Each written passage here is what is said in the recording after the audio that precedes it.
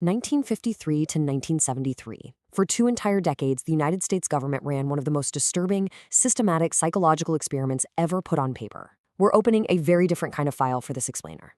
What you're about to hear is the true story of America's darkest secret.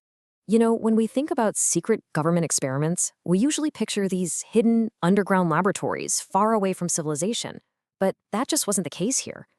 These horrors, they happened in everyday hospitals, respected universities, state prisons, and they happened to completely innocent, unwitting people all across America. Section 1. America's Darkest Secret. I need to be clear right up front. This is not some fringe internet conspiracy theory. Just listen to this actual admission from CIA Director Stansfield Turner during the 1975 congressional hearings. He said, yes, MKUltra was real. Yes, we dosed unwitting citizens with LSD. The most powerful nation on Earth was literally spending millions of dollars trying to completely override human free will. Section 2. The Mind Control Race. So driven by these deeply paranoid fears that the Soviets and the Chinese had somehow perfected brainwashing during the Cold War, CIA Director Allen Dulles authorized a new program in 1953. The code name was MKUltra. And get this, the MK deliberately stood for mind control with a K. That was a direct nod to the Nazi mind control research that inspired it, utilizing actual former Nazi scientists that American intelligence had quietly recruited. The architect of the absolute most brutal phase of this project was a psychiatrist. His name was Dr. Donald Ewan Cameron, working out of McGill University. Behind closed doors, he developed this terrifying theory he called psychic driving. He genuinely believed he could wipe human consciousness completely clean, just erase a person, and then reprogram them from scratch. And the CIA? They gave him a blank check and complete ethical immunity to try it. Section 3. Torture in the wards. Patients in Dr. Cameron's Montreal facility weren't just treated.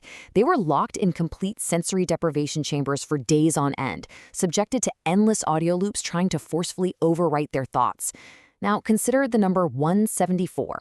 One specific victim received massive doses of LSD, and we're talking 10 to 20 times stronger than normal street levels, every single day for exactly 174 days straight. Look at the number 35.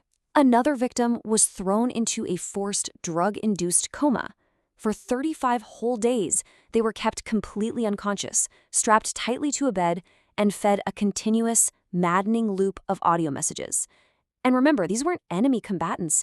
They were just everyday people who went to a doctor seeking help for things like mild anxiety. The scale of this nightmare was just massive. 80.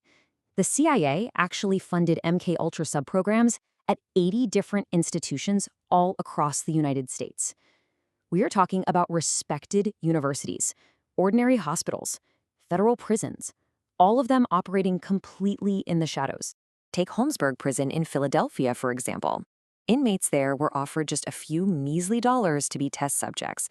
The guards told them a very simple, very clinical lie. They said, you're going to test some new medications. But what they actually received, what was actually pushed directly into their bloodstreams, were massive, mind-altering doses of LSD. 6. That is how many consecutive years a prisoner named Eddie Flowers was unwittingly dosed with LSD by prison doctors. 6 years. He was never once told what was actually being done to his brain. He was treated as nothing more than a disposable test subject. Section 4. The unwitting victims. It's crucial we remember that behind all these sterile CIA code names, there were actual human beings. Think about Jean Watts. She was a Canadian citizen who checked herself into a psychiatric institute simply seeking a little help for depression. Dr. Cameron entered her into MKUltra without any consent whatsoever. The damage to her brain was permanent. When she finally left that hospital, she was literally unable to recognize her own children. 15,000. Current estimates suggest that over 15,000 people were subjected to these experiments without their knowledge and without their consent. That is 15,000 lives, permanently altered or entirely ruined, all by an agency operating completely above the law. Section 5. Poisoning the public. But the CIA's obsession, it didn't just stay isolated inside those locked hospital wards. It spilled directly out into the streets of America under a project called Operation Midnight Climax. Government agents literally set up hidden observation posts inside bars and brothels, secretly slipping LSD into the drinks of unsuspecting citizens. Why? Just to sit back and study the real-world effects. And the terrifying part is, many of those victims were never ever told what happened to them. Eventually, this collateral damage hit right inside the government's own ranks. There was an army biochemist named Frank Olson. The CIA secretly dosed his drink with LSD. Just days later, he plunged to his death from a 13-story window. It was quickly labeled a suicide, but investigators later found that crucial FBI documents surrounding his death had just conveniently vanished. To this day, the exact circumstances remain completely shrouded in darkness. Section 6. The Truth Revealed. For 20 long years, the government actively covered its tracks. They just dismissed the victims as crazy.